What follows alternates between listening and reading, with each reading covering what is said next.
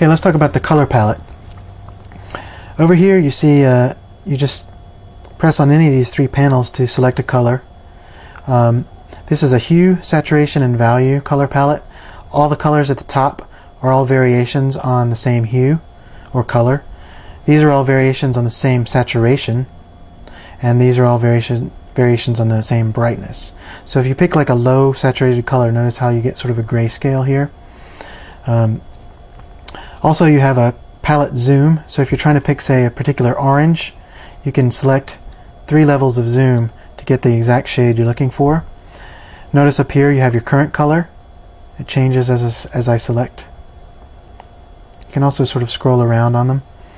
Now if I want to add this to my box palette over here, these are colors that are just stored over time, that you might reuse frequently. So to add a color to the box palette, you just drag it over and you place it wherever you want in the palette. So it makes it real easy to build up little scales of color. If you don't like a color, you can just drag it out.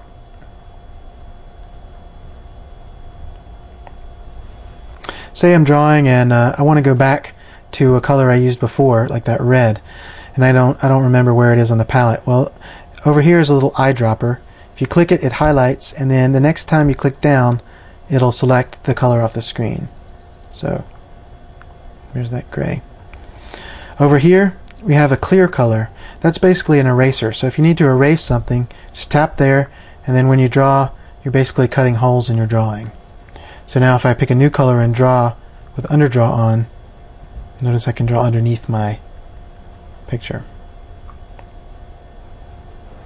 And lastly, we have the background color. If you select a color and then you tap this secondary box underneath your current color, that changes the background.